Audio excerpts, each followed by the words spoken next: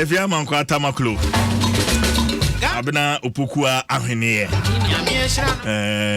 Omunyo omu yeah. Na wa man no. And you know, and then answer if you have one more just say, one more try. Hey, you go to the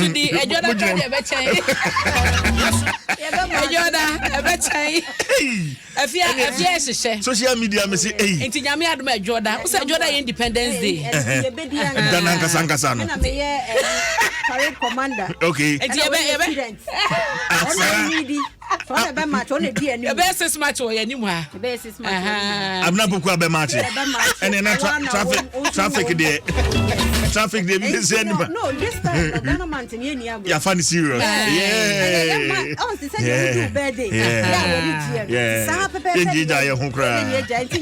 This a Monday. Yeah,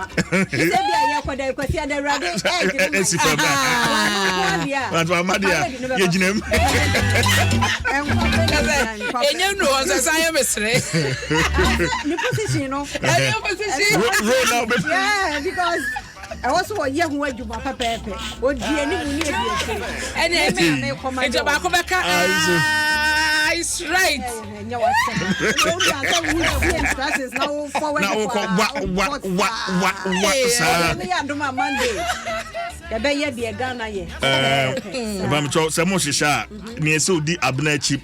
Close. Ayua 05. Ayua the only machi. Ayua machi. Pacho Ayua only machi. Closely. Debi.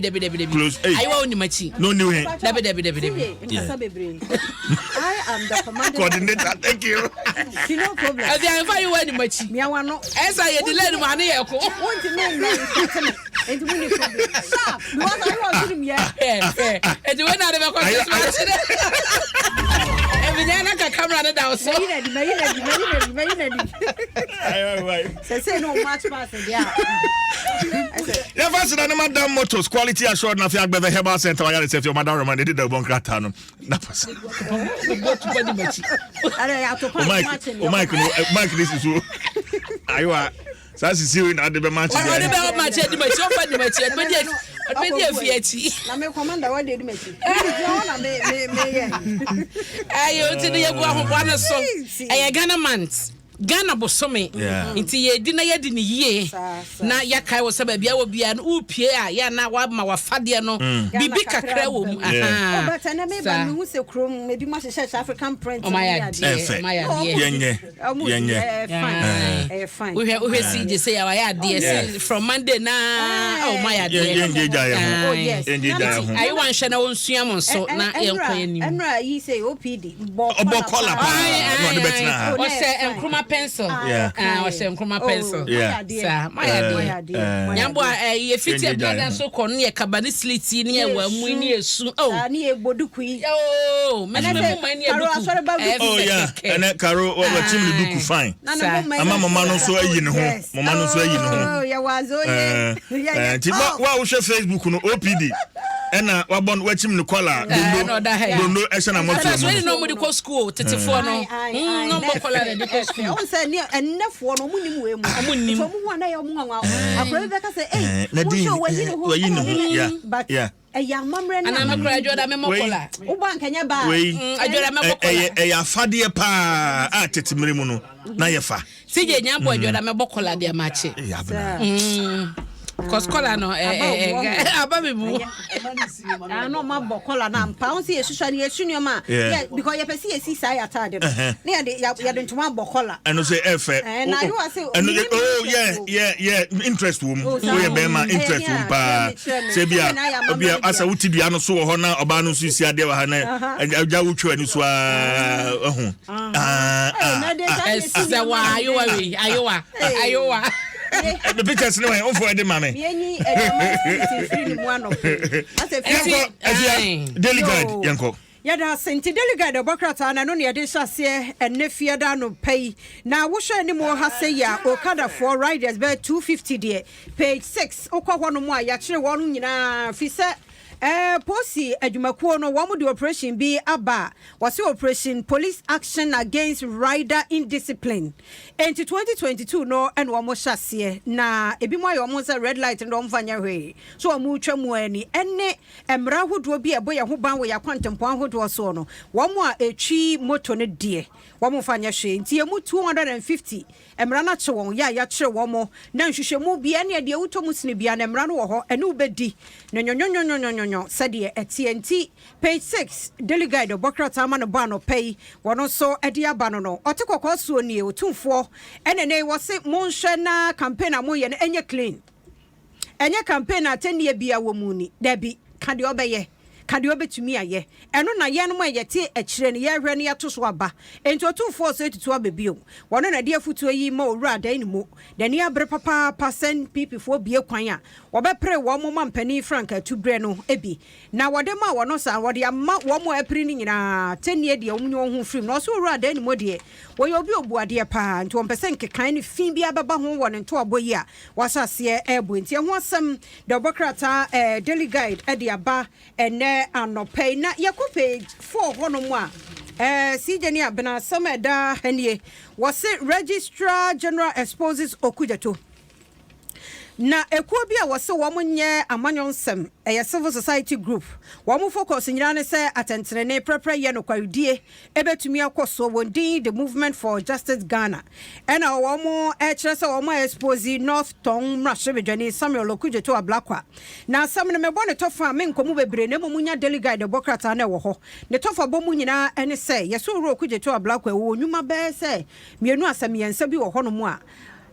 waje ho akatua agigi je ho bibia wajeje ya 2022 kra 2023 kra yaso wajeje bi kakra wom na nanu ntamu ni according to group no wom so ba Facebook kra ne metro kra de kwatu dwa say a sign Ukraine ho wo yi ene covid nti kra ne sa adwumakuo na enya adwuma mpo no wanya ho mfaso nanu na wo ekuo yakọ registrar general ho no wo ba ko sa papa no boa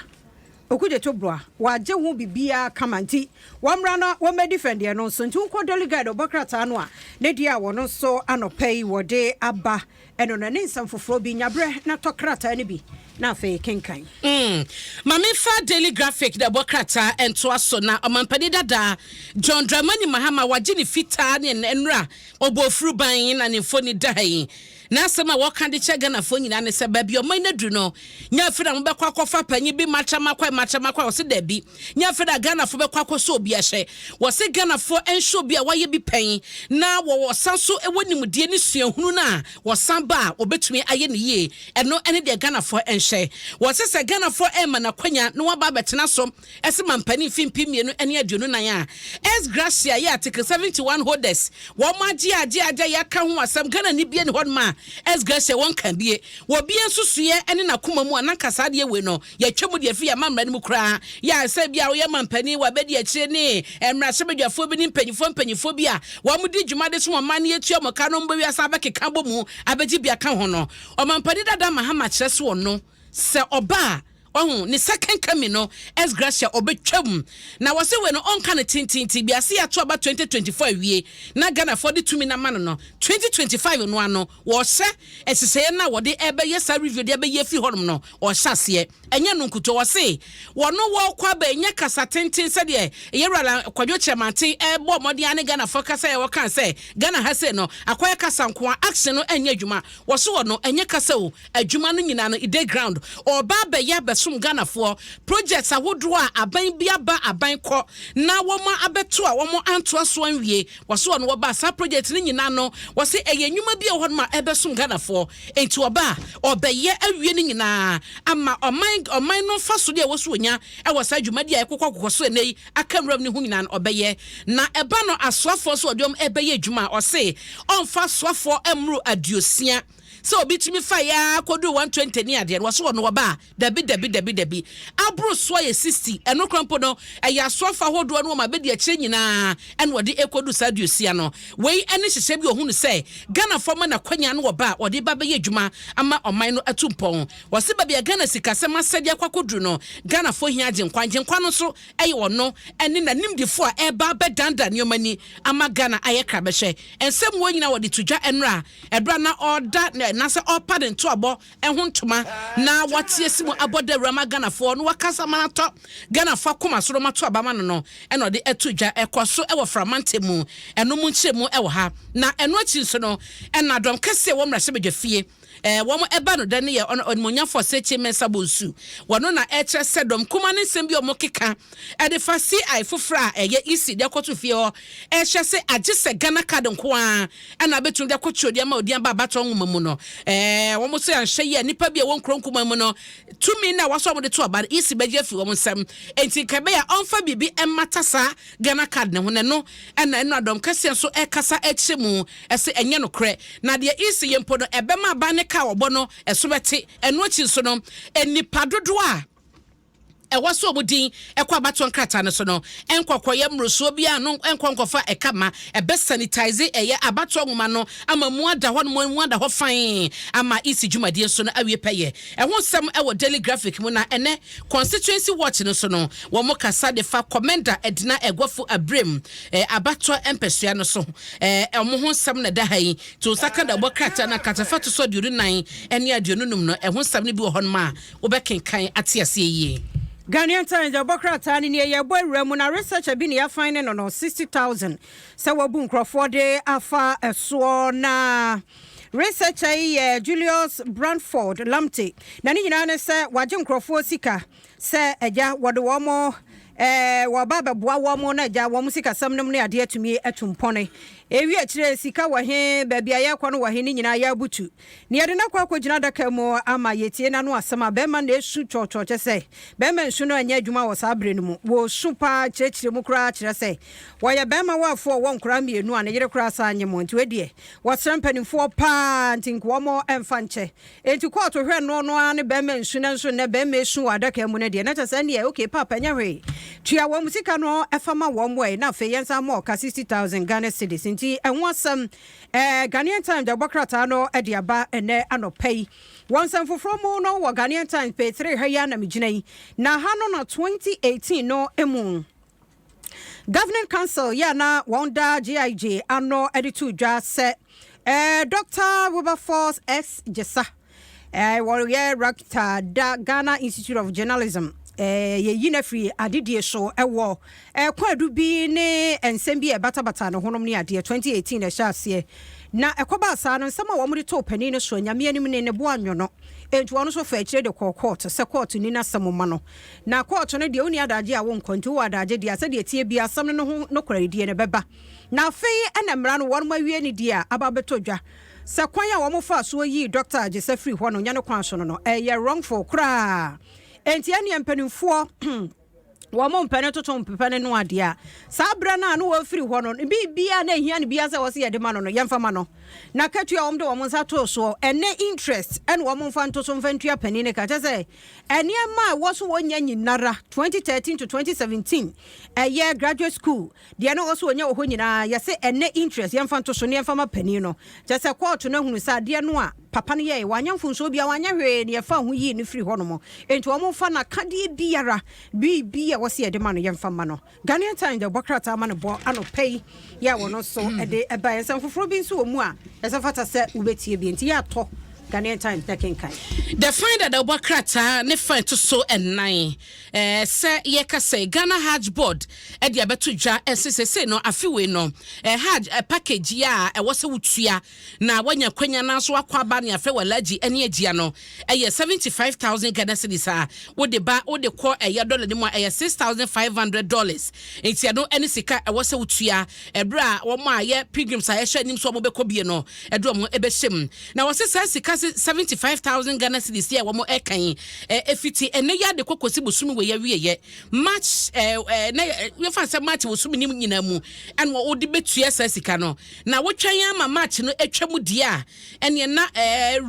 exchange rate no ba be kodru bia no won be calculate dia ka ho na wo tua sika no eno enkrata beto mountain na Ira Ben Abdallah Banda wono ye chairman na Alhaji Farouk Hamza wono ye executive secretary Adom Hajj Board no omode sa amanebo we ebeto abonten na wose deadline na omode etua no ye free sarbe yakosi oforiso boso me de to so aduasan e wa fi mu enti hyene so SSA na ehihye no etie kratafeto so nwotwe mu so do mampani akufo ado APC candidate awodi nkoni wo Nigeria bato ni mu Tinubu the godfather wo bona baso ema no tinkwa ewo abato ekoso ni kunimdi a ekoma no eno so ho asam ewo ha chese CJ media manti eno so ye begina na yawie na ansa na mesore no mejiri se bi afia ede kakra ho no na happy birthday enkoma Madam Charlotte Quay Golden Jubilee no any efia odie na we ye adesre ya enoka ono ewo speech production SCM fama Madam Charlotte Quay ene so obade enhia no oma no nyini emabru mfie oha na koma so de na ni so de hunu nyina no onyema no yoba fefe ni fodi na da hai enti Enoch ese Madam Charlotte Quay onyame onhia on your Golden Jubilee a we celebrating na onye okese pa eno achi so ye ene ena Regional Internal Auditor Miss Phyllis Oredu Anima our Eastern Regional Education Directorate onum ene na woda enti mommy wonyame onhia na onyo kete mama Phyllis onyo kese onto nkwadam wakoma so de wani so de hunu nyina no oma no emremu emma enti happy birthday Regional Boss we for Richmond Chame oya Internal Auditor ewo Akuapem South Education Office and now odi birthday sunkui ekoma ye mama enti no efia all right ya we na a couple birthday Sandra ya no a couple Joy News Benjamin Benjamin Akakpo oh I see na yema Obadwa Nelson awe akwaba Obadwa meni share our class media any start a class media group me wo Accra FM no ade share FM okumase afi no abefie so wa ba wo be fine and na wo insurance yan call love because Fifi grants bini one so your presenter you say any birthday and na etna yowura David Ando photo original enti nyame hira no birthday ni to ya dem ase efia ni abna mompejam and so ye medent no bibia possible so be didi an me bacho my two say ye ma happy birthday mano my two say happy birthday nkoma Thomas Kelabi or ye oton plumbing materials e wo Kantamanto eno hujuma na wodi enti to me nyame